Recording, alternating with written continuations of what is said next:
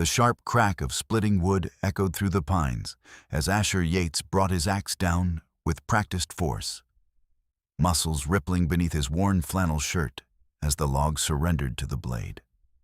It was late October of 1868, and the Arizona mountains surrounding his cabin already had that crisp edge that promised winter would arrive early this year. He'd been working since dawn, his shoulder-length dark hair tied back with a leather cord, his thick beard flecked with sawdust as he prepared for the cold months ahead. The woodshed needed to be filled to capacity before the first real snow hit these elevations above Camp Verde. And Asher had learned long ago that survival in these mountains depended on preparation and solitude. He paused to wipe the sweat from his brow, despite the cool air, his broad chest heaving slightly from the exertion. At 32 years old, Asher had spent the last 8 years in these mountains after the war had taken everything from him except his life and the will to disappear into wilderness where memories couldn't follow. His cabin sat in a clearing surrounded by ponderosa pines and Douglas firs, miles from the nearest settlement, which was exactly how he preferred it. The only company he kept was his horse, a sturdy bay gelding named Buck, and the occasional visit from trappers passing through on their way to better hunting grounds. As he bent to gather another log for splitting, a sound stopped him cold. It was faint, barely audible over the wind rustling through the pine needles, but unmistakable. A whimper, human, coming from his woodshed. Asher's hand instinctively moved to the knife at his belt as he approached the weathered structure slowly, every sense alert. Bears sometimes wandered into enclosed spaces, and mountain lions were known to drag kills into sheltered areas. But that sound had been distinctly human. He reached the door and pulled it open slowly, allowing the afternoon sunlight to spill into the dim interior. What he saw made his breath catch in his throat. Huddled between 2 stacks of firewood, barely visible in the shadows, was a woman.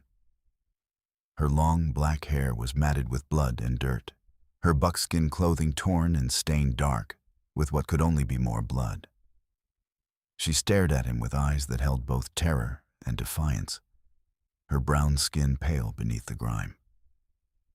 One hand clutched her side, where crimson had soaked through the leather, while the other gripped a small knife with a trembling hand.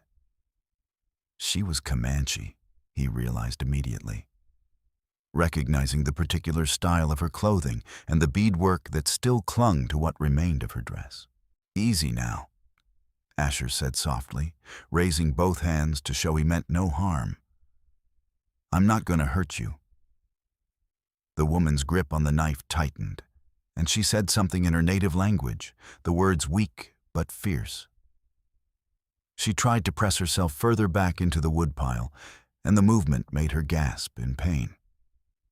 "You're hurt bad," Asher continued in the same calm tone he'd use with a wounded animal. "I can help you, but you need to let me.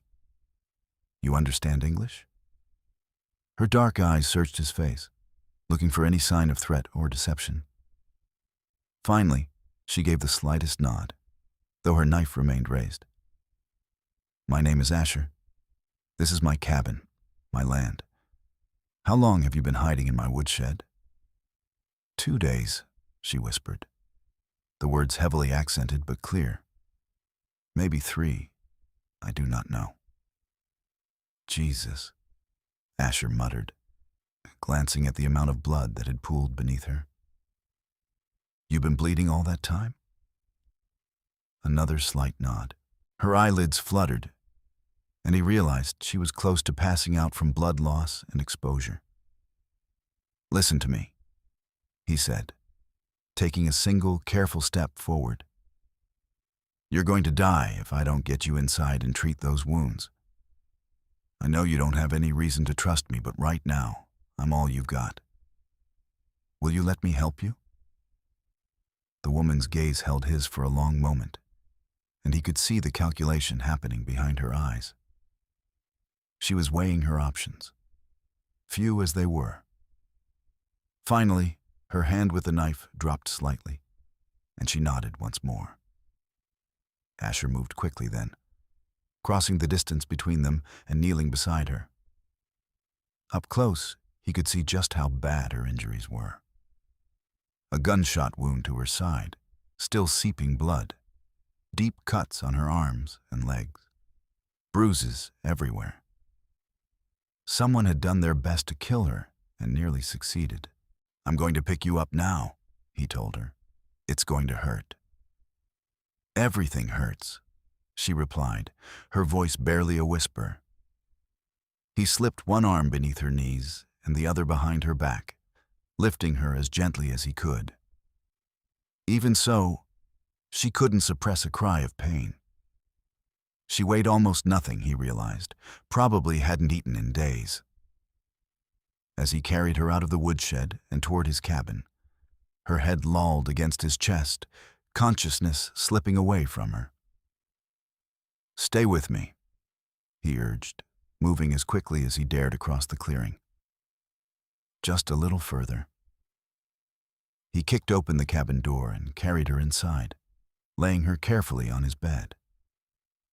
The single-room cabin was sparse but clean, with a stone fireplace on one wall, a rough-hewn table and chairs, shelves lined with supplies, and his bed in the corner. He'd built it all himself, made it exactly as much home as he needed, and no more. But it had never been meant to house an injured woman fleeing God knew what. Asher moved with swift efficiency born of necessity. He'd learned field medicine during the war, had sewn up more bullet wounds than he cared to remember. He built up the fire first, set water to boiling, then gathered what medical supplies he had. Whiskey for disinfecting, needle and thread, clean cloth for bandages, his sharpest knife in case he needed to dig out a bullet. The woman drifted in and out of consciousness as he worked, crying out when he had to probe the gunshot wound. The bullet had gone clean through, which was a mercy, but it had done damage on its way. He cleaned it as thoroughly as he could, packed it with whiskey-soaked cloth, and stitched both entry and exit wounds. The other cuts he cleaned and bandaged. By the time he finished, his hands were covered in her blood, and the sun was setting outside. She lay pale and still on his bed, her breathing shallow but steady. He'd done all he could. Now it was up to her body to decide if it would fight or surrender. Asher stood back and studied her face properly for the first time. Even battered and covered in grime, she was beautiful. High cheekbones, a strong nose, full lips, thick lashes resting against her bruised cheeks. Young, probably no more than mid-20s.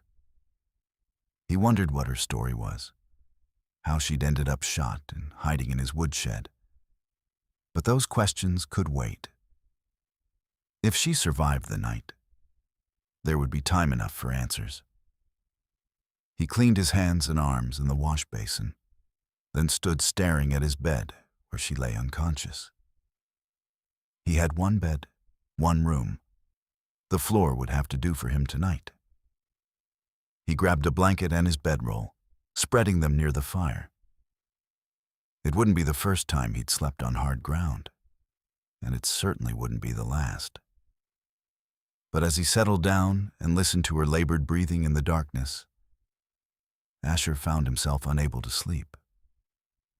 His mind churned with questions and concerns. What had happened to her? Who had shot her?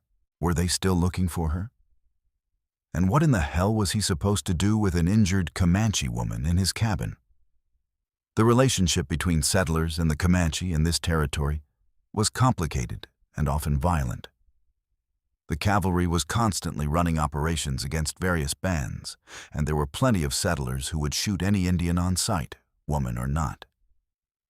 If whoever had shot her came looking, he'd be putting himself in danger by sheltering her. But Asher had never been the kind of man who could turn away from someone in need, no matter the risk. It was part of what had driven him into the war, and part of what had broken him afterward. He'd seen too much death caused too much of it himself. Maybe helping this woman live was some kind of penance, though he knew better than to think his sins could ever be washed clean. The night passed slowly. He woke several times to check on her, feel her forehead for fever, give her sips of water when she seemed lucid enough to swallow. By morning, she was burning up, infection setting in despite his best efforts. He spent the day forcing willow bark tea between her lips to fight the fever, keeping cool cloths on her forehead, changing her bandages. She thrashed and muttered in her delirium, speaking in Comanche and sometimes in English. He caught fragments, names, pleas, curses. Once she screamed and tried to fight him when he held her down to check her wounds, and he was struck by the strength in her, even in this weakened state. "You're safe," he kept telling her over and over. "You're safe here. No one's going to hurt you." Whether she understood or not, he couldn't tell. 3 days passed in this manner, Asher barely sleeping as he tended to her. The fever broke on the 4th morning, and when he checked on her just after dawn, her eyes were open and clear, watching him. "You are still here," she said, her voice rough from disuse. "Where else would I be? This is my cabin," he replied, managing a slight smile. "How do you feel?" "Like I was shot," she answered, and he was surprised to hear a hint of dark humor in her tone. "That's because you were shot, along with being cut up and beaten half to death. What happened to you?" Her expression closed off immediately, wariness flooding back into her eyes. "Why do you care?" "Because you nearly died in my woodshed, and I've spent the last 4 days keeping you alive. I think that earns me at least some explanation." She studied him for a long moment, then seemed to make a decision.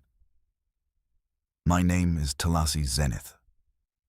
"Talasi," he repeated, testing the unfamiliar syllables. "What does it mean?" "Cornflower.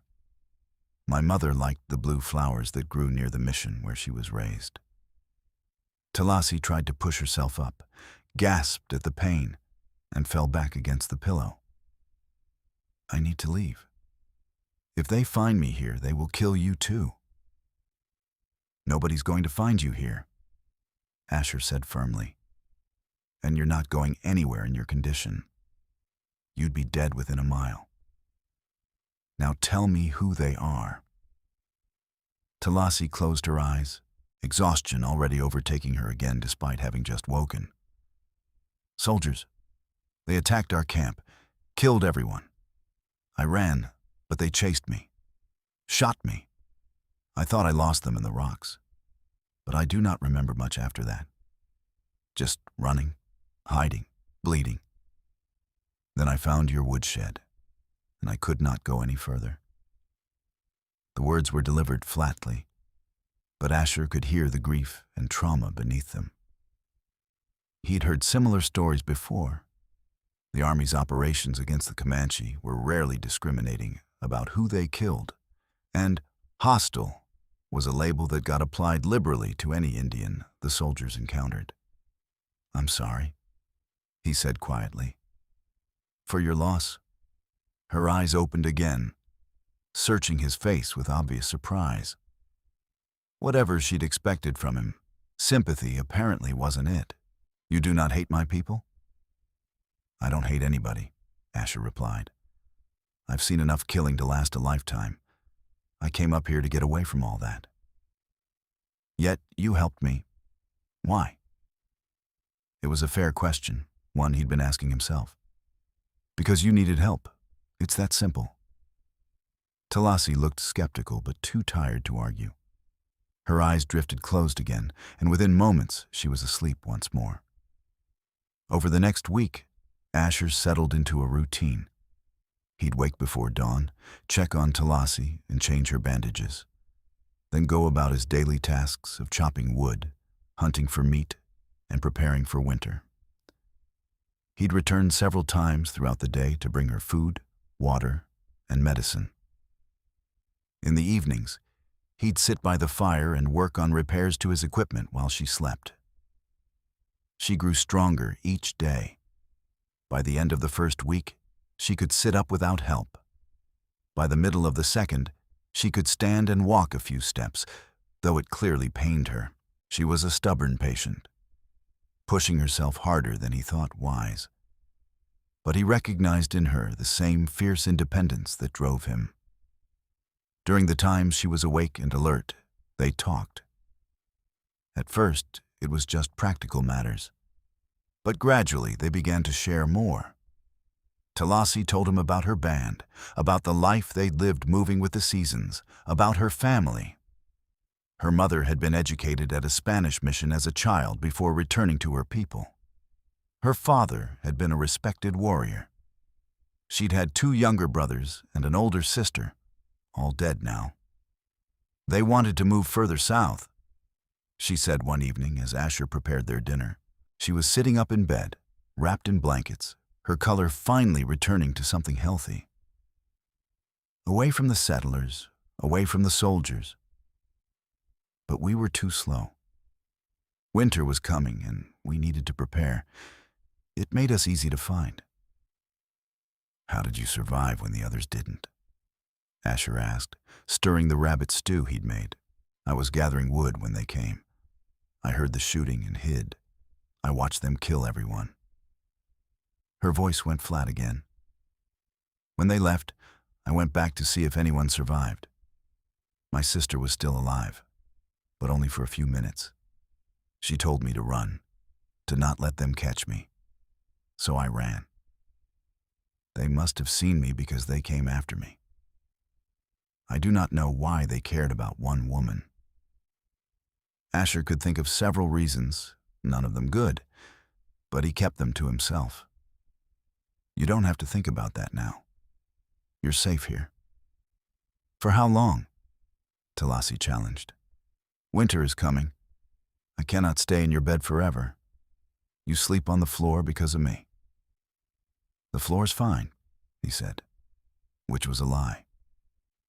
His back ached from the hard surface, and he hadn't had a truly restful night since he'd found her. But he wasn't about to complain. It is not fine. This is your home. I am the intruder. You're an injured woman who needed help. That's all that matters. Talassi shook her head, frustration evident on her face. You can't be this kind. No one is this kind without wanting something in return. Asher brought her a bowl of stew and met her eyes steadily. I'm not most people. I don't want anything from you except for you to heal up and get strong again. What happens after that, we'll figure out when the time comes. She took the bowl but continued to watch him with that same wary suspicion. He'd earned a measure of her trust by keeping her alive, but clearly not enough for her to believe his motives were pure. He couldn't entirely blame her. Given what she'd been through, trusting any white man was probably the last thing she wanted to do. That night, as he lay on his bedroll by the fire, Asher stared at the ceiling and thought about his situation. Talassi was right to question what would happen next. She couldn't stay in his bed indefinitely. He needed his sleep if he was going to get all his winter preparations done. But the alternative was what? Having her sleep on the floor in her condition?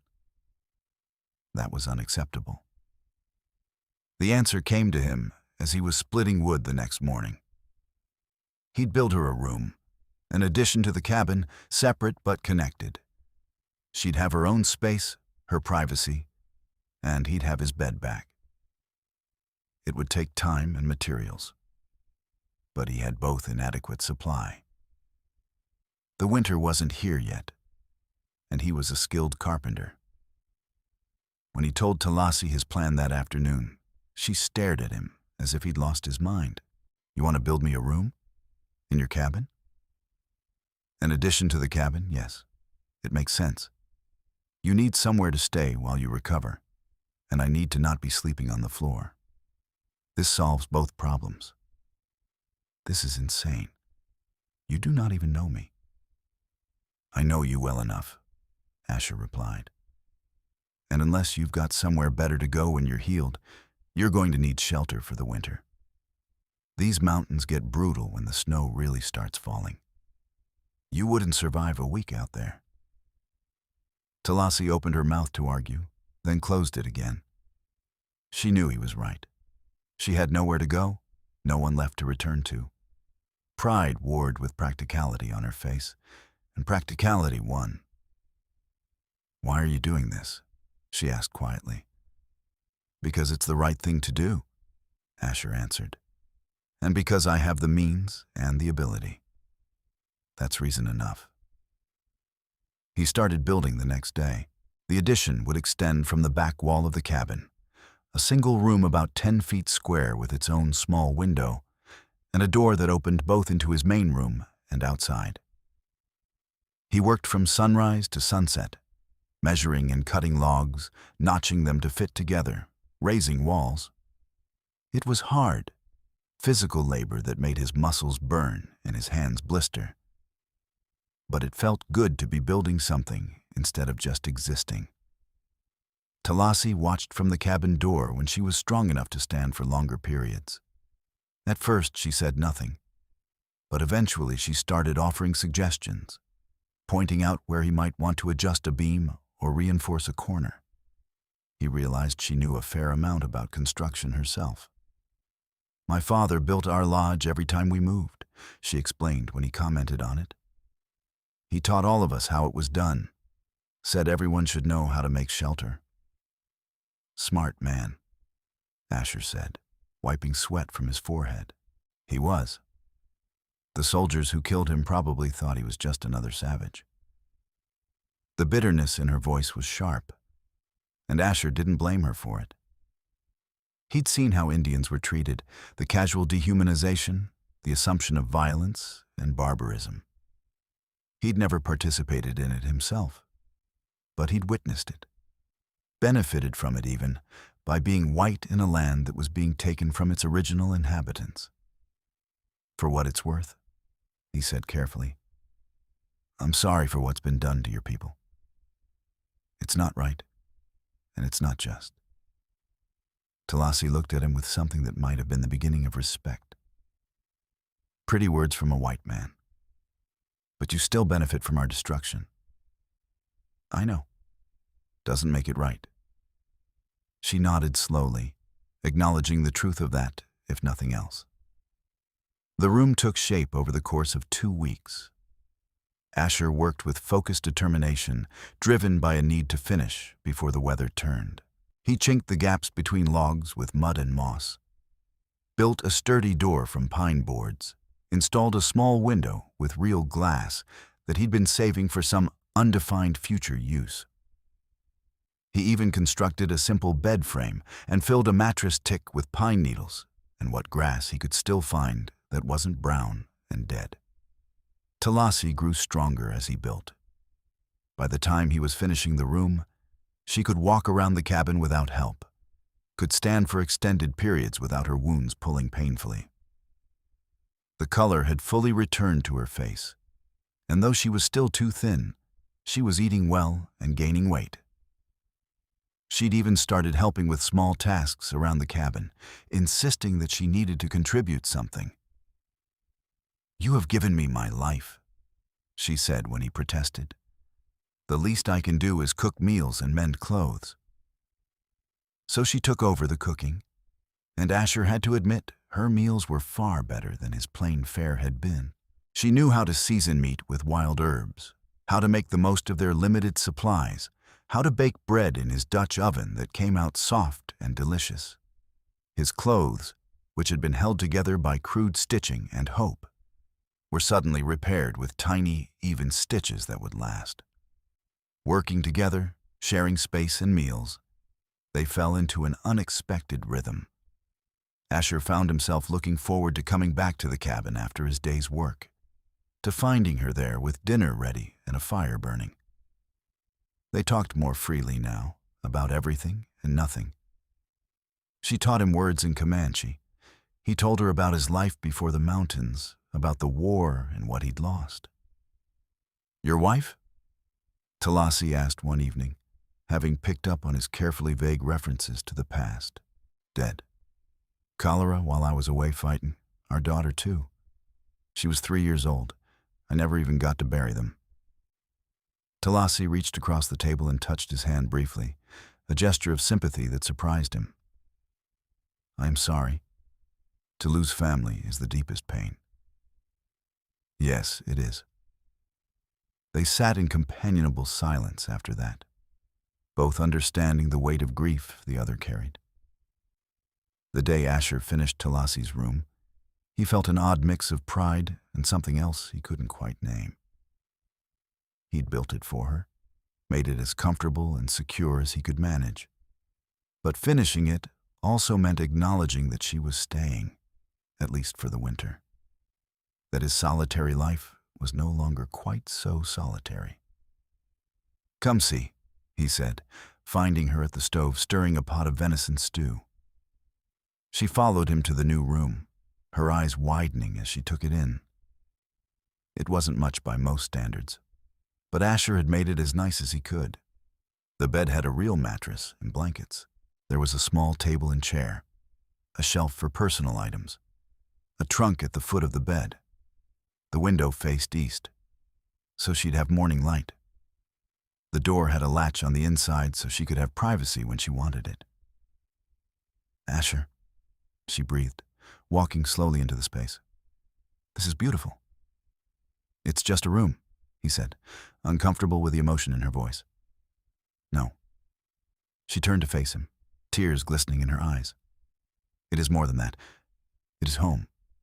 You have built me a home. Something shifted in that moment. Something fundamental in how they looked at each other. Asher felt it like a physical thing, a connection forming that went beyond gratitude or circumstance.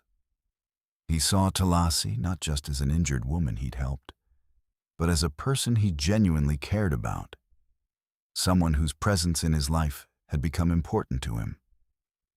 And from the look in her eyes, she felt something similar. You deserve a home, he said quietly. Everyone does.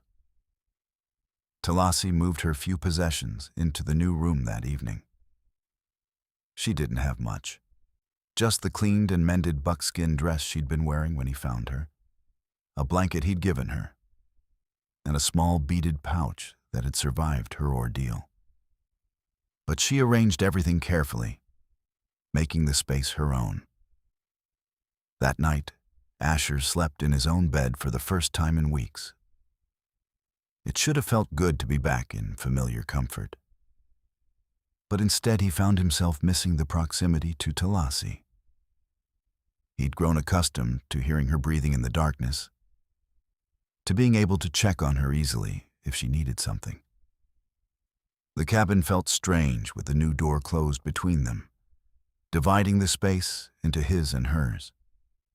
He told himself he was being ridiculous. This was what he'd built the room for, to give them both privacy and independence. But logic didn't change the hollow feeling in his chest. Winter arrived in earnest the next week. Snow began to fall, light at first, but then heavier, blanketing the mountains in white. The temperature dropped steadily, and Asher was grateful for all his preparation. They had plenty of wood, plenty of food, and a warm, secure shelter.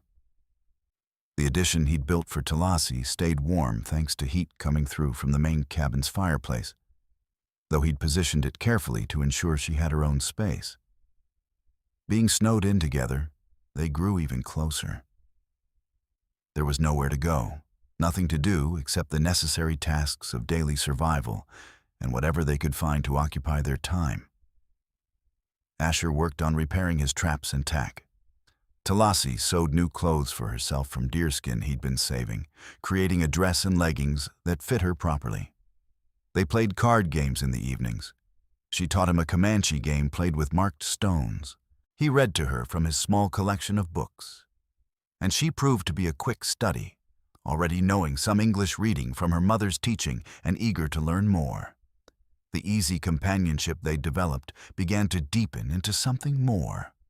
Asher found himself watching Talasi when she wasn't looking, admiring the graceful way she moved, the intelligence in her dark eyes, the rare but beautiful smile that transformed her face. He noticed small things. How she hummed softly while cooking, how she always tucked her hair behind her left ear when concentrating, how her laugh sounded like water over stones.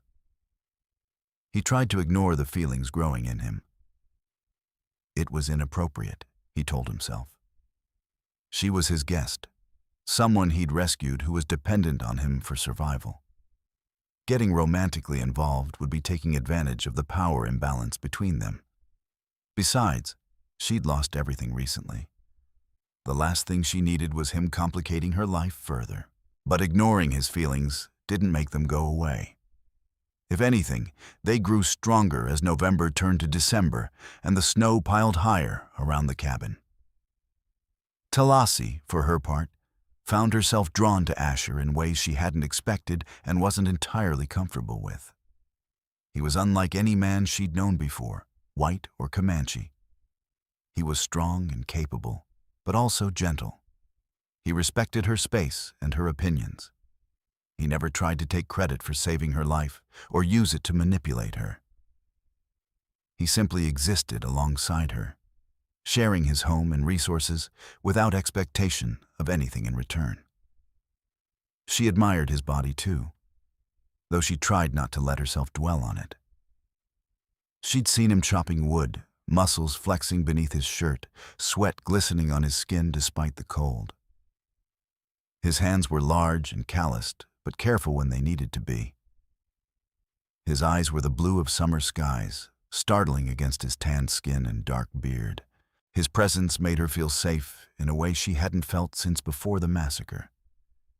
But safety and attraction were dangerous things to confuse. She'd lost everyone she loved. Getting attached to Asher, letting herself feel things for him, meant risking that pain all over again. Better to maintain distance, to remember that this was temporary. When spring came, she would need to figure out what to do with her life, and that probably meant leaving. Getting her heart involved would only make that harder. Yet despite her best intentions, her heart seemed determined to betray her. The shift happened on a particularly cold night in mid-December. A blizzard was raging outside, wind howling around the cabin, snow so thick Asher had needed a rope guide to get from the cabin to the shed to feed Buck. They'd spent the evening playing cards by firelight, and Talasi had been laughing at Asher's terrible bluffing when the laughter suddenly died in her throat. She'd realized in that moment that she was happy. Genuinely, completely happy, in a way she hadn't been since before her world had been destroyed. And that happiness was entirely bound up in the man sitting across from her, grinning at his cards with that crooked smile that made her heart skip. Asher noticed her sudden silence. "You all right?" "Yes," she said automatically, then reconsidered. They'd been honest with each other about so much else. Maybe it was time to be honest about this too. "No, I do not know." He set down his cards, his expression becoming serious. "What is it? Are you in pain? Are your wounds bothering you?" "My wounds are fine. It is not that." She took a breath, gathering her courage. "Asher, I need to tell you something, but I do not know how you will respond." Concern flickered in his blue eyes. "Whatever it is, you can tell me." "I have feelings for you," she said, forcing the words out before she could lose her nerve. "Romantic feelings. I know I should not. I know this situation is complicated and that you probably do not feel the same way. But I cannot keep pretending I do not feel this. It is making me dishonest, and I do not want that between us."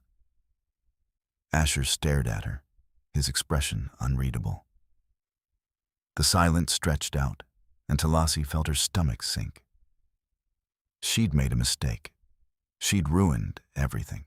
Then he spoke, his voice rough with emotion. Talasi. I've been fighting the same feelings for weeks now. I didn't say anything because I didn't want you to think I'd helped you expecting something in return. I didn't want you to feel obligated or pressured. I do not feel obligated, she said quickly. What I feel is genuine.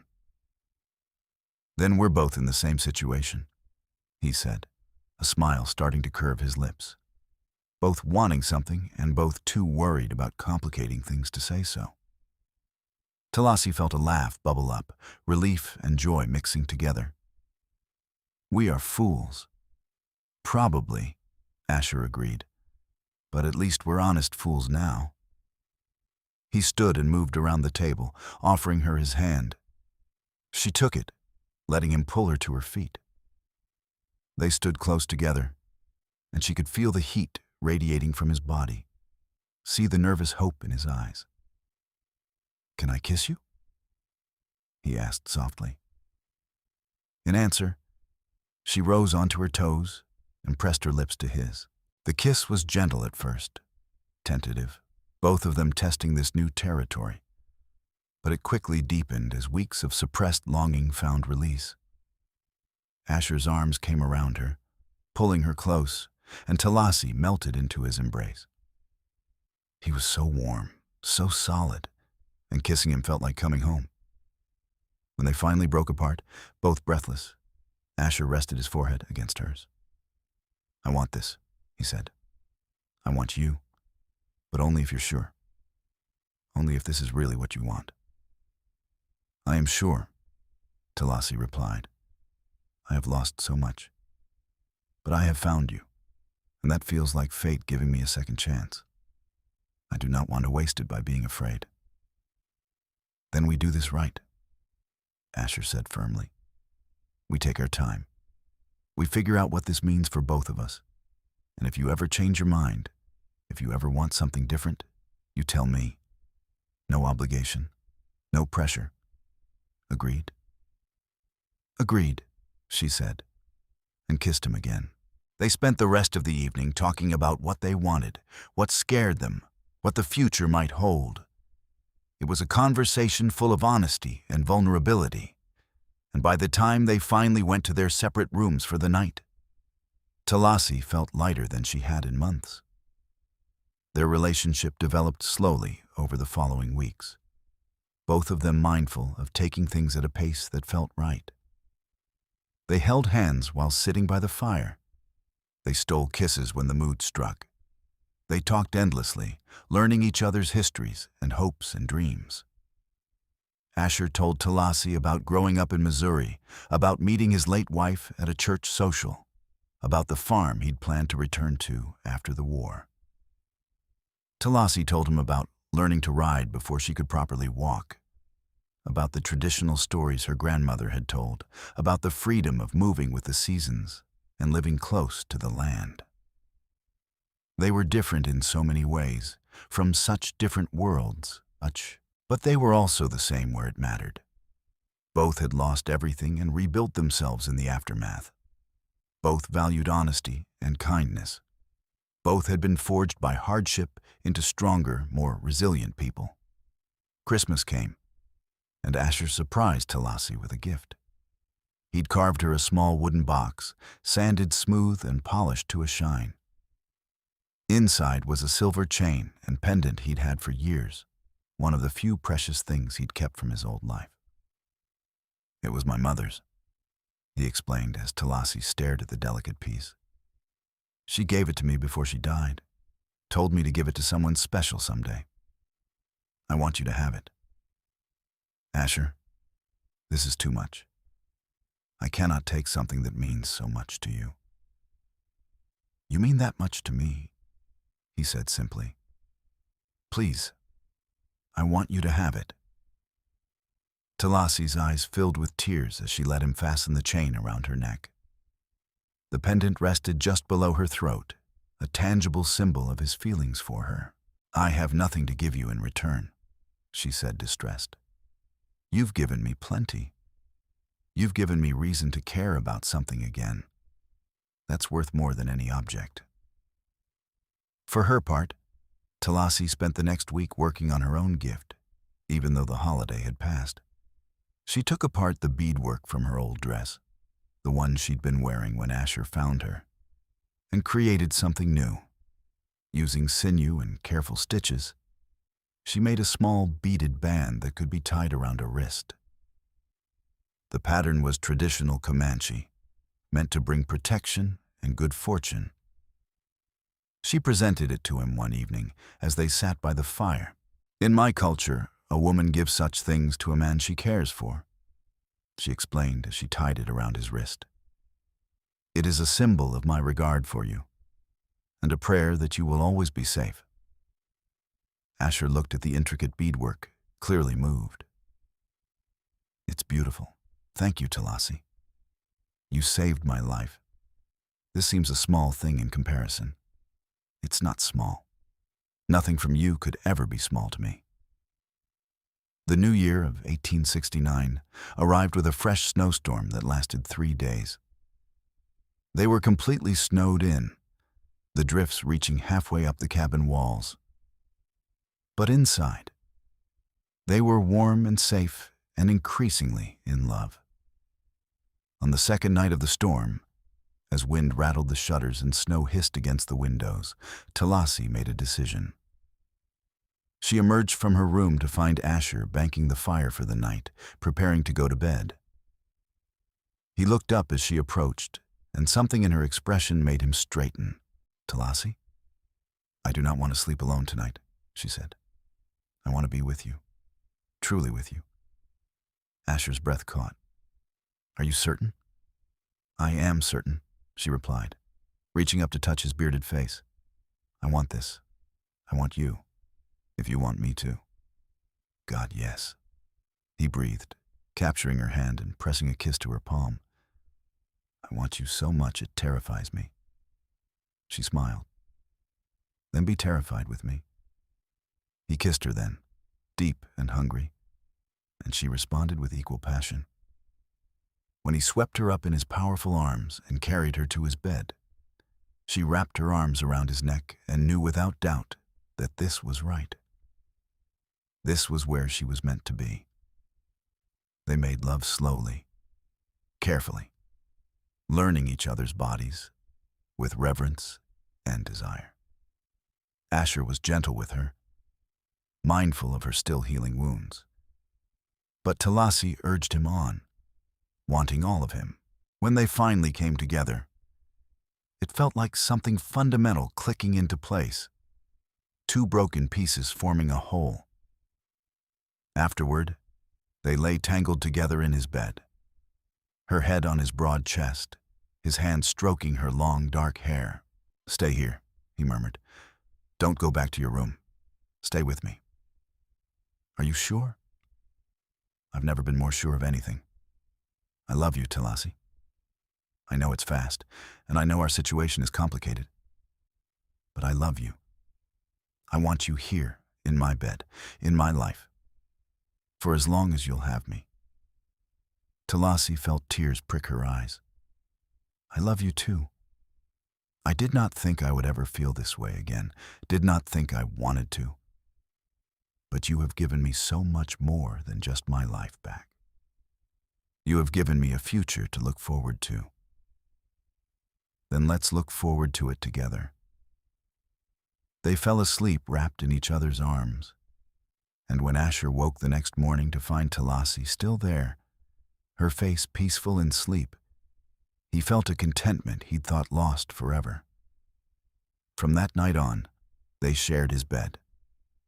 Talasi's room became a storage space and a place she could retreat to if she wanted solitude, but she rarely used it for sleeping. She belonged with Asher, and he with her. As winter deepened into January and February, they built a life together. They fell into routines and rhythms that felt natural. Asher would wake first, build up the fire, and start coffee while Talasi gradually roused. They'd eat breakfast together, then go about their separate tasks. He'd tend to buck, check the traps, chop wood, do repairs. She'd cook, clean, mend clothes, cure hides, In the evenings, they'd come together again for dinner and conversation and lovemaking. It was a simple life, but it was theirs, and it was good. They talked about the future more seriously as the days grew imperceptibly longer and spring began to seem like a real possibility rather than a distant dream. Talassi worried about what would happen when the snow melted and travel became possible again. "Will you want me to leave?" she asked one night, voicing her fear. "Leave?" Asher looked at her as if she'd suggested the sun wouldn't rise. "Why would I want that?" "Because I have brought danger to you. Because someone might come looking for me. Because I am Comanche and you are white, and the world will not approve." "I don't give a damn what the world approves of," Asher said fiercely. "You're not going anywhere unless you want to. This is your home now. You're my woman, and I'm your man, and that's all that matters to me. Anyone who has a problem with it can take it up with my rifle." "You would fight for me?" Talassi asked, though she already knew the answer. "I'd die for you," he replied simply. "But I'd much rather live for you. Build a real life together. Maybe even get married if you'd have me." Talassi's heart skipped. "Married? I know it's probably not legal given everything. But we could do it our own way. Make our own vows, commit to each other properly. If you want that." "I want that," Talassi said, tears streaming down her face. "I want all of that. But Asher, you need to understand what you're choosing. If you marry me, if you make that commitment, the white world will turn against you. You will be seen as a traitor to your race. Life will be harder. Life is already hard. Doing it with you makes it better. I don't need the white world's approval. I just need you." They married themselves on the first day of March, when the snow finally began to melt in earnest, and the first hints of spring appeared. They stood together in front of the cabin, holding hands, and spoke vows they'd written themselves. "I promise to honor you," Asher said, his voice strong and clear. "To protect you, to provide for you, to be faithful to you in all things.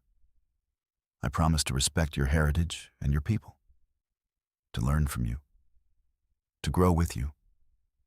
I promise to love you for all my days in this world and whatever comes after." "I promise to stand beside you," Talassi replied, her own voice steady despite the emotion threatening to overwhelm her. "To support you, to care for you, to be honest with you always.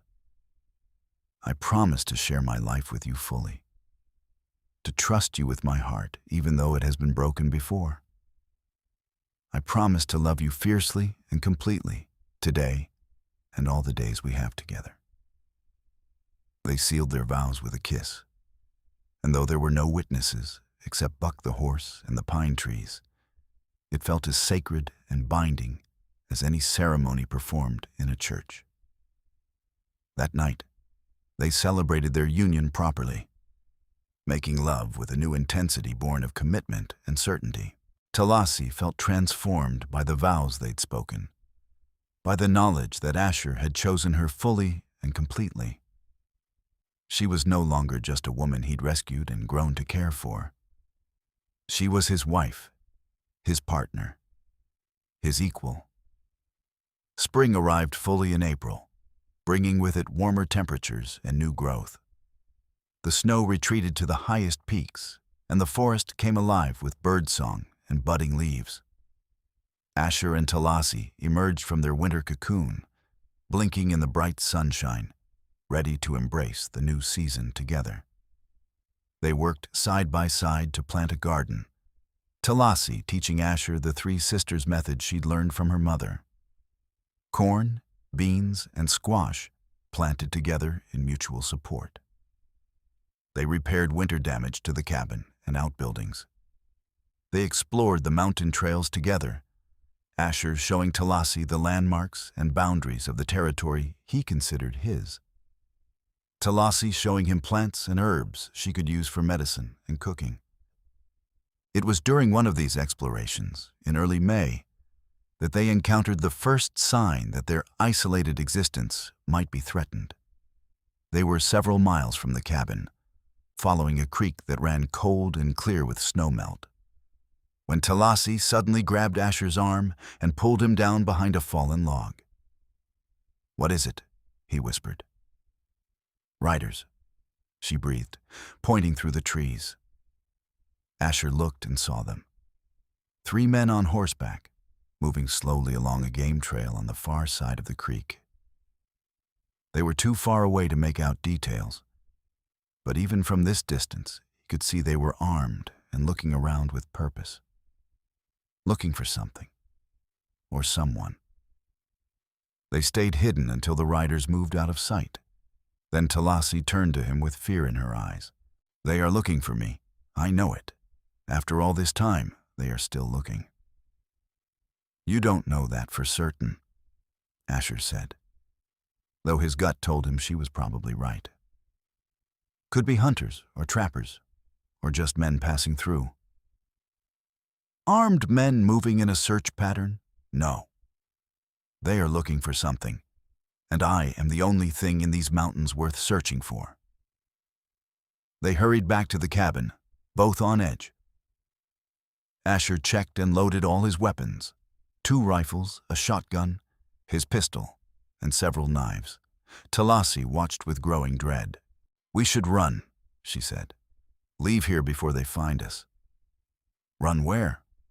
Asher countered. "This is my land, my home. I'm not abandoning it because of some riders who might not even be looking for you. Besides, winter gear isn't set up for running. We'd need time to pack, to prepare, time we might not have." "Then what do we do?" "We stay alert. We keep weapons close. And if they do come here, we handle it. Together." Talasi wanted to argue, to insist they flee, but she knew he was right. They had no guarantee those riders were hunting for her, and even if they were, running without preparation in unfamiliar territory could be more dangerous than staying put. That night, they barely slept. Every sound outside made them tense, reaching for weapons. But dawn came without incident, and the day after that passed quietly as well. By the 3rd day, they began to relax slightly, thinking perhaps the riders had moved on. They were wrong. Asher was outside splitting wood on the 4th day when he heard horses approaching. He looked up to see 3 riders emerging from the trees, the same ones they'd spotted near the creek. Up close, he could see they wore remnants of cavalry uniforms, though they had the rough, unkempt look of men who'd been in the field for a long time. Or deserters. His hand moved to the axe, gripping it tight. The lead rider, a man with a thick beard and hard eyes, reined in his horse about 20 feet from where Asher stood. His gaze swept over the cabin, the cleared land, and Asher himself with calculating assessment. "Afternoon," the man said, his tone falsely friendly. "Fine place you got here." "I like it," Asher replied carefully. "Something I can help you gentlemen with?" "Maybe. We're looking for an Indian woman, Comanche.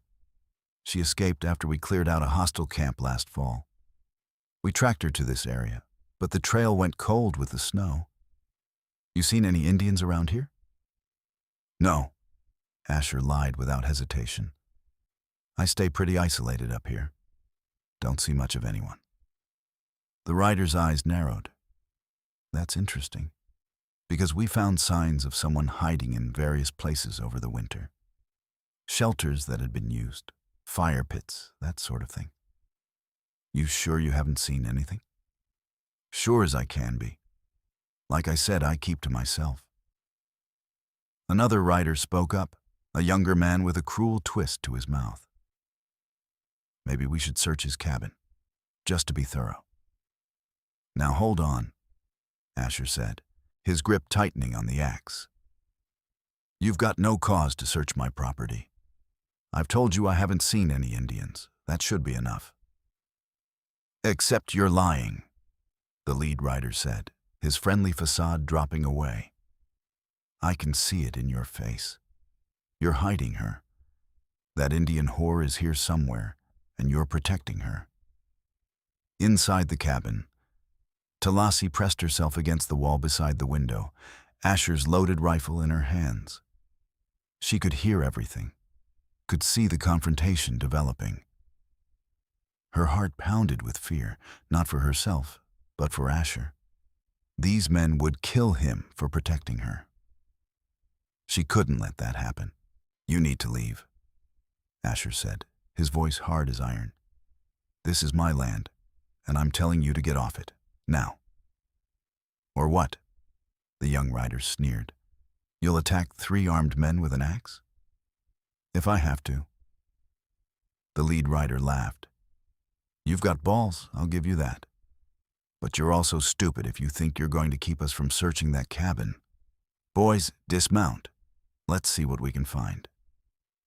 The 3 men swung down from their horses, hands moving to their weapons. Asher positioned himself between them and the cabin door, axe raised, knowing this was about to go very bad very quickly. That's when Talasi stepped out of the cabin, rifle aimed steady at the lead rider's chest. You are looking for me, she said, her voice calm despite her racing heart. Here I am. Now leave this man alone. Your business is with me, not him. All 3 riders turned to stare at her, and Asher felt his blood run cold. Talasi, get back inside. No, she said firmly. I will not hide behind you anymore. These men want me. They can have me, but only if they leave you unharmed. The lead rider's face split into an ugly grin. Well, there she is. I told the others she had to be somewhere around here. Pretty thing, even for a squaw. I can see why you've been hiding her, mountain man. Bet she's been keeping you warm at night, hasn't she? Watch your mouth, Asher growled. Or what? Face it, you're outnumbered and outgunned. You put down that axe, and we'll take the woman and be on our way. You can go back to your peaceful little life. Hell, I'm even willing to forget you harbored a hostile. Just step aside. Not happening, Asher said flatly. She's my wife. She stays with me. The riders exchanged glances, then burst into laughter. Your wife? You married an Indian? Jesus, you really are crazy. Married or not, she's a murderer, the young rider added. She killed 2 of our men when we attacked her camp. That's why we've been hunting her. Can't let an Indian kill soldiers and get away with it. Sets a bad precedent. They were trying to hurt me, Talasi called out. I defended myself. That is not murder. Sure it is, when you're an Indian killing white men. Now put down that rifle and come quietly. If you do, we might let your mountain man live. Asher and Talasi exchanged a quick glance, an entire conversation passing between them in that look. They both knew these men were lying. Even if Talasi surrendered, they'd kill Asher to eliminate witnesses, and probably kill her too after they'd had their fun. There was no walking away from this peacefully. I think you boys should leave while you still can, Asher said quietly. Last chance. The lead rider's grin faded. You threatening us? Promising you. You try to take my wife, and I promise at least one of you dies here. Maybe all 3 if you're really unlucky. Is she worth that? Because I guarantee you, she's worth it to me. For a moment, tension hung thick enough to cut. Then the lead rider made his decision, hand darting toward his pistol. Everything happened at once. Talasi fired, her shot catching the lead rider in the shoulder and spinning him around. Asher hurled his axe with devastating accuracy, the blade burying itself in the young rider's chest. The third rider got his gun clear and fired. the bullet grazing Asher's arm as he dove for the shotgun he'd left propped against the woodpile. He came up firing, the blast catching the third rider's center mass and dropping him instantly. The lead rider was still alive, clutching his bleeding shoulder and trying to bring his pistol up one-handed. Talasi worked the rifle's action and fired again, this time hitting him in the chest. He fell backward and didn't move again. Silence descended, broken only by the ringing in their ears from the gunshots and their own heavy breathing. Asher stood slowly, checking each body to confirm they were dead. They were. "Are you hurt?" Talasi asked urgently, dropping the rifle and running to him. She saw blood on his arm and gasped. "You were shot?" "It's just a graze," he said, though now that the adrenaline was fading, it hurt like hell. "You?" "I am fine." "Asher, I am so sorry. This is my fault. Those men came here because of me, and now you have killed for me. I have brought you exactly the kind of violence you came to these mountains to escape." "Stop," he said firmly, taking her face in his hands. "This is not your fault. Those men made their choices. They chose to hunt you, to come here to threaten us. We defended our home and our lives. That's all. What do we do now? They will be missed. Others will come looking." Asher looked at the bodies, thinking quickly. "We bury them where they won't be found. Take their horses and supplies and hide or sell them. If anyone asks, we never saw them. 3 deserters or bounty hunters disappear in these mountains all the time. It's not hard to believe." They spent the rest of the day dealing with the aftermath. It was grim work, burying the bodies deep in a ravine and covering the graves with rocks to keep animals from digging them up. They stripped the corpses of anything useful first: weapons, ammunition, supplies, money.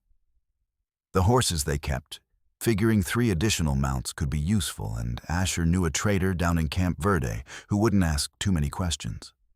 By the time they finished, night had fallen, and they were both exhausted, physically and emotionally. Talasi cleaned and bandaged Asher's arm, grateful that the bullet really had only grazed him. Then they sat together by the fire, holding each other, processing what had happened. "I killed men today," Talasi said quietly. "I had killed before, during the attack on my camp. But this time felt different. This time I was protecting something, not just surviving." "I know," Asher replied. "I felt the same way. I thought I was done with killing. But when it came down to protecting you, I didn't even hesitate." "Does that make us bad people?" "No. It makes us people who protect what we love. There's nothing bad about that." They were subdued for several days after the attack, both dealing with the psychological weight of having killed. But as time passed and no one else came looking, they gradually relaxed.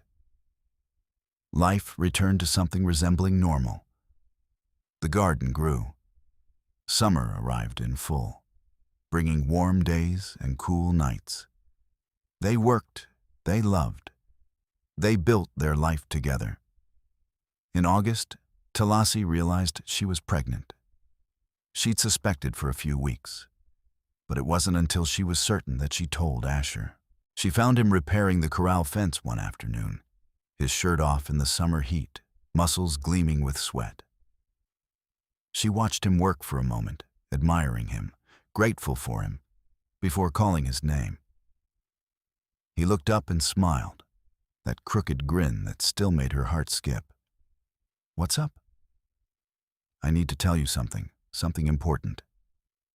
His smile faded, concern taking its place. He set down his tools and came to her immediately. "What is it? Are you okay?" "I am more than okay. I am pregnant. We're going to have a baby." Asher's eyes went wide, his mouth falling open in shock. For a long moment he just stared at her, and Talasi felt a flutter of worry. Did he not want this? Was he upset? Then his face broke into the biggest smile she'd ever seen, and he let out a whoop of joy that probably scared every animal within a mile.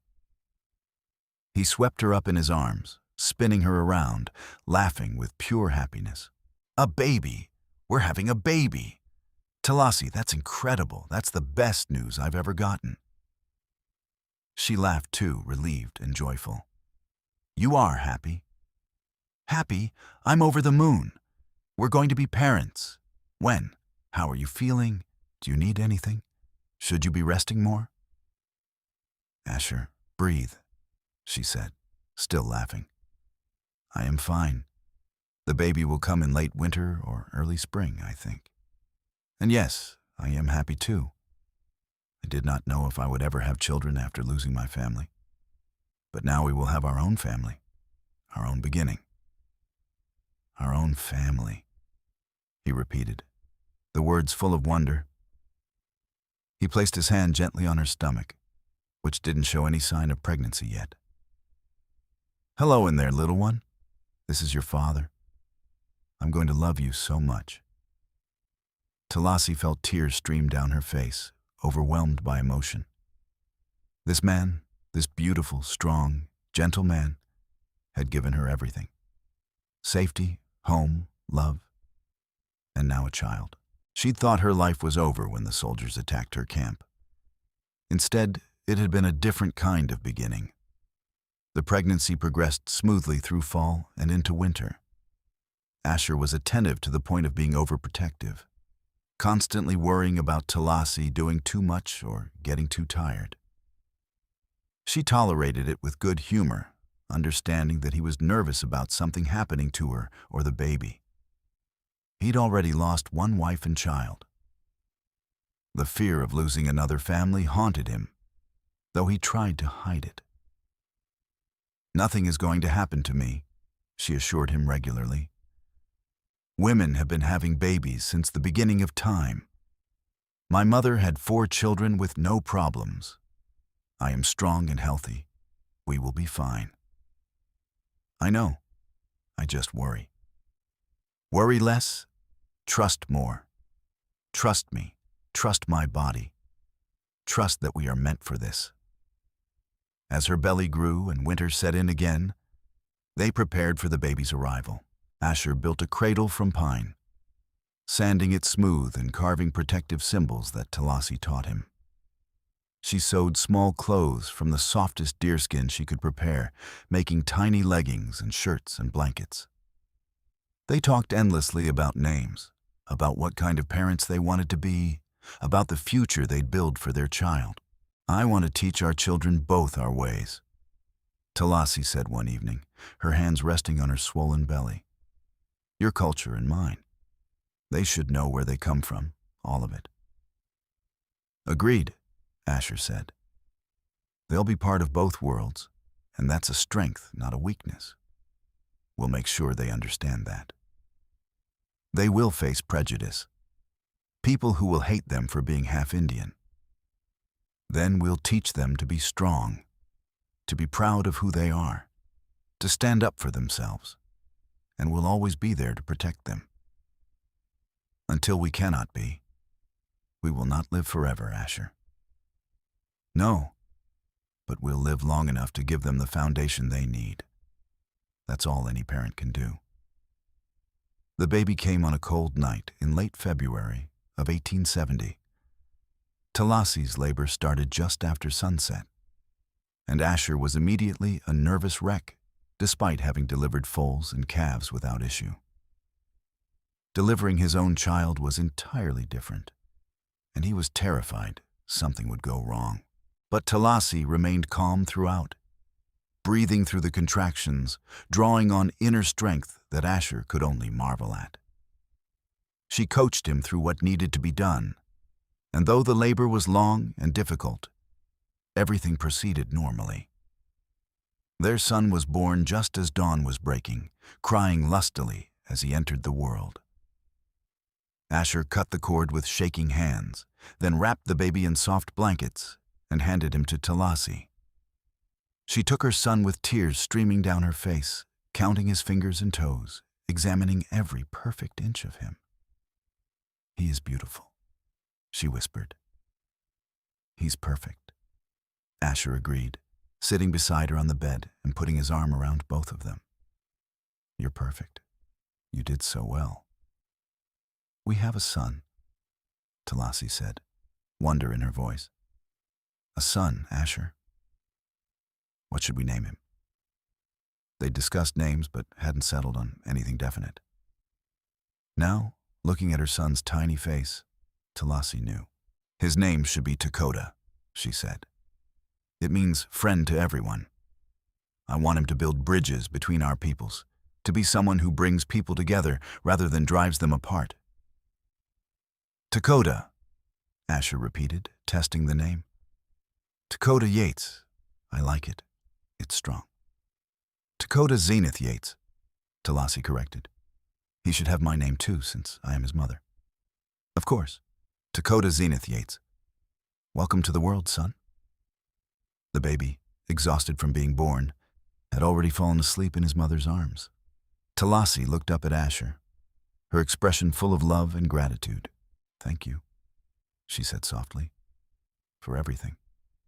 For saving me, for loving me, for giving me this life. I know I have said it before, but I will never stop being grateful that I stumbled into your woodshed that day." "Best day of my life," Asher replied, kissing her forehead. "Finding you was the best thing that ever happened to me. You saved me just as much as I saved you. Then we saved each other. That is how it should be."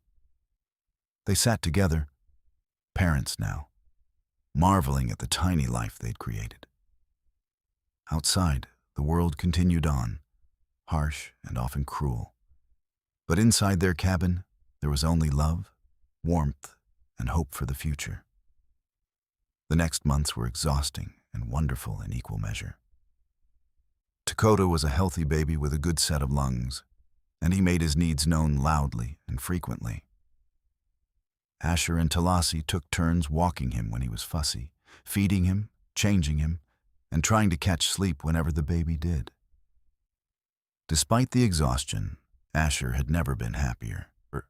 He loved watching Talasi with their son, the gentle way she cradled him, the songs she sang in Comanche that had been passed down through generations.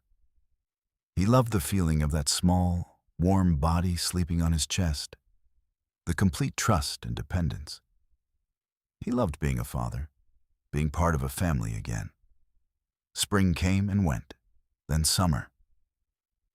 Dakota grew rapidly, his dark hair thickening, his eyes staying the deep brown of his mother's. He had Asher's strong build, though, evident even in infancy. By fall, he was trying to crawl, determined to explore everything he could reach. Life settled into new rhythms. Asher still hunted and trapped and worked the land. Talasi still cooked and kept house and tended the garden, now with a baby strapped to her back in a traditional cradleboard she'd made. They were busy, tired, and completely content. Occasionally, trappers or travelers would pass near enough to the cabin for Asher to encounter them. He was always careful, always alert for any sign that someone might recognize Talasi or cause problems. But months turned to years, and no one came looking for her again. The riders they'd killed had apparently not been missed, or their disappearance had been attributed to the many dangers of frontier life. Dakota grew into a bright, active toddler and then a curious child. He learned to speak both English and Comanche, picking up both languages with the ease of the young. Asher taught him to ride, to track, to survive in the wilderness. Talasi taught him the stories of her people, the traditions and values that she wanted him to carry forward. He was loved fiercely by both parents, and he knew it. When Dakota was 3, Talasi became pregnant again. This time the pregnancy was harder, and Asher worried constantly. But their daughter arrived safely in the spring of 1873, a tiny thing with her mother's delicate features and her father's blue eyes. They named her Nita, which meant bear in Comanche. Because she may be small, but she is fierce, Talasi explained. Just like her mother. Fierce runs in the family, Asher agreed, cradling his daughter with the same wonder he'd felt holding Dakota for the first time. With 2 children, the cabin felt full in the best possible way. Dakota was an excellent big brother, gentle with his baby sister, eager to help care for her. The years passed in a happy blur of growth and change. They added another room to the cabin to give the children their own space. The garden expanded. Buck was eventually joined by other horses, and they accumulated livestock: chickens, a milk cow, some pigs. Their isolated mountain home became a true homestead, supporting a family that thrived against the odds. When Dakota was 7 and Nita was 4, a third child arrived, another son they named Ahanu, meaning he laughs. It suited him, as he was a happy baby who smiled at everything and everyone. 3 children, Asher mused one evening, watching his family gathered around the fire. Dakota was whittling a small figure, while Nita played with a doll Talasi had made her. Ahanu slept peacefully in his cradle. We've built quite a clan. A good clan, Talasi agreed, leaning against his shoulder. A strong one. They will carry forward the best of both of us. Do you ever regret it? Staying here, living this isolated life? The children don't have other kids to play with, don't go to school. We teach them everything they need to know. And no, I do not regret anything. This life, this family, it is more than I ever dreamed of having after I lost everything. You gave me a reason to live again, Asher. I could never regret that. He kissed her temple, breathing in the familiar scent of her. 15 years had passed since he'd found her bleeding in his woodshed. 15 years of building a life together, of love and struggle and triumph. She had gray threading through her black hair now, and he knew his own beard was more salt than pepper. They weren't young anymore, but they were strong, and they were together. I love you, he said simply. More now than even on the day we married ourselves. I love you too, always and forever. As the years continued to pass, their children grew into capable young people. Dakota became an excellent hunter and tracker, comfortable in the wilderness, strong and capable like his father, but with his mother's thoughtful nature. Nita was fierce and independent, quick to defend her brothers, skilled with both traditional Comanche crafts and the practical skills of frontier life. Ahanu was the family peacemaker, always laughing, always finding joy, always bringing people together. They were isolated but not lonely. Occasionally, friendly trappers or traders would visit, bringing news of the outside world and trade goods. Through them, Asher and Talasi learned about the changes happening in the territory. More settlers arriving, the railroad expanding, the Indian Wars continuing. It was a changing world, one that would eventually reach even their remote valley. But they had built something strong enough to weather whatever came. They had each other, and they had their children, and that was enough. When Asher turned 55 and Talasi 48, they sat together on the porch they'd built years before, watching their grown children work around the homestead. Dakota was teaching his younger brother to break a new horse. Nita was in the garden, harvesting vegetables. Life had been good to them, surprisingly kind considering their harsh beginnings. Do you remember the day you found me? Talasi asked, her hand finding his as it always did. Every detail, Asher replied. You were bleeding in my woodshed, scared but defiant, holding that little knife like you'd fight me even though you could barely stand. I thought I was going to die. I had made my peace with it. I'm glad you didn't. Glad you let me help you. I am glad you wanted to help me. You did not have to. Most men would not have. I've never been most men. No, she agreed, smiling. You have not. You have been extraordinary. You gave me everything, Asher. A home, a family, a life worth living. I hope you know how grateful I am. You gave me the same. I was just existing before you came into my life. You made me want to truly live again. They sat in comfortable silence, watching the sun set over the mountains that had been their home for so many years. 3 children, countless memories, a lifetime of love built on a foundation that started with compassion and grew into something unbreakable. I would not change anything, Talasi said eventually. Not one moment, not even the hard parts. It all led us here, to this life, together. Neither would I, Asher agreed. Finding you in that woodshed was the moment my real life began. As darkness fell and stars emerged in the vast Arizona sky, they went inside together, hand in hand, to the home they'd built and the family they'd raised. The cabin stood strong in its mountain clearing, a testament to love that transcended culture and circumstance. Inside, 3 grown children waited, carrying within them the legacy of their parents' courage and devotion. Years later, when Asher and Talasi were old and gray, they would tell their grandchildren the story of how they met, about the injured woman in the woodshed and the man who chose compassion over convenience, about building a room that became a home, about vows spoken with no witnesses but the trees, about love that grew from the most unlikely circumstances. And their grandchildren would carry that story forward, along with the knowledge that they came from strength, from survival, from 2 people who refused to let the world's prejudices dictate their happiness.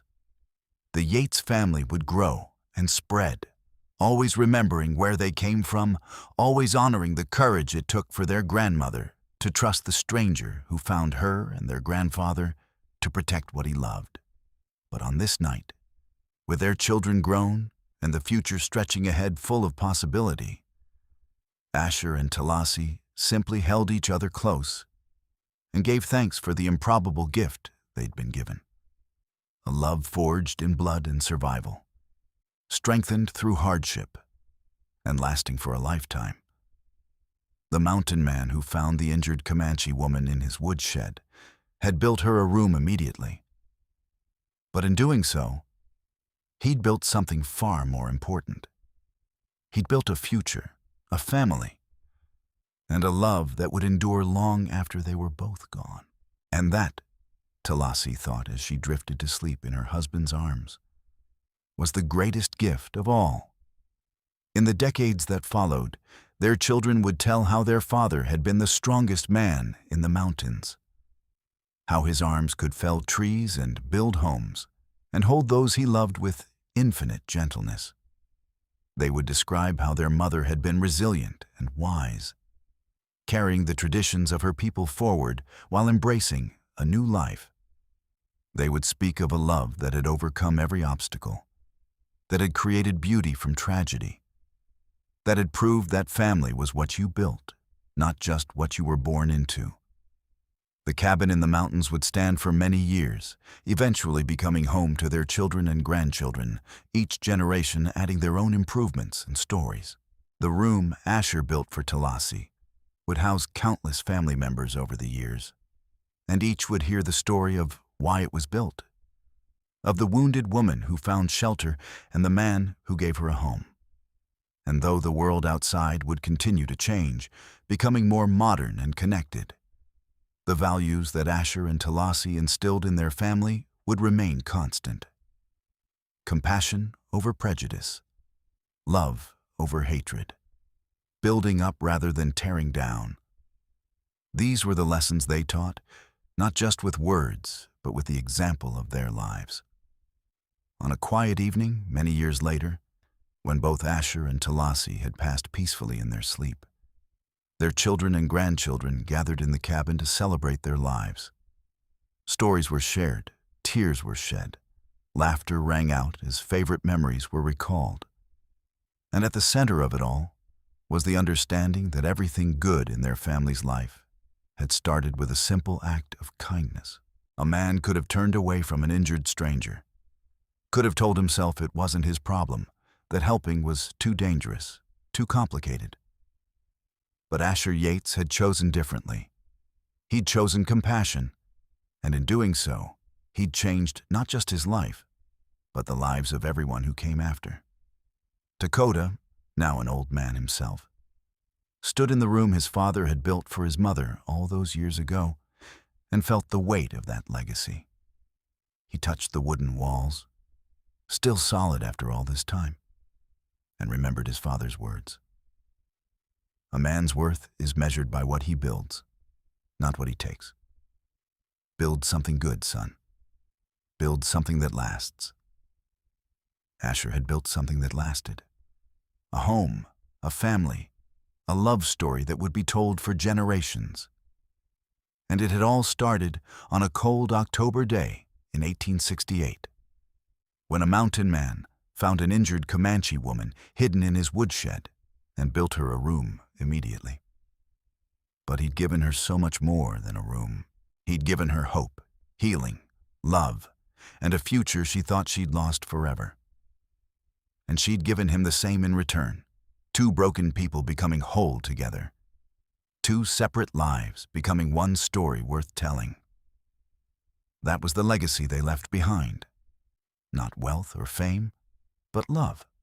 Simple, profound, transformative love that proved stronger than prejudice, stronger than circumstance, stronger than anything the world could throw at it. And in the end, what more could anyone ask for than that? The mountain wind sang through the pines around the old cabin, carrying with it the whisper of two souls who had found each other against all odds and built something beautiful from the ashes of their pain. And though Asher and Talasi were gone, their love remained, woven into every beam of the cabin, every story told around the fire, every moment when their descendants chose kindness over cruelty, compassion over convenience. The mountain man and the Comanche woman had found each other in the most unlikely way, and together they had created something that would outlast them both. A family, a home, a legacy of love that proved some bonds are strong enough to bridge any divide, heal any wound, and last forever. And that, in the end, was everything.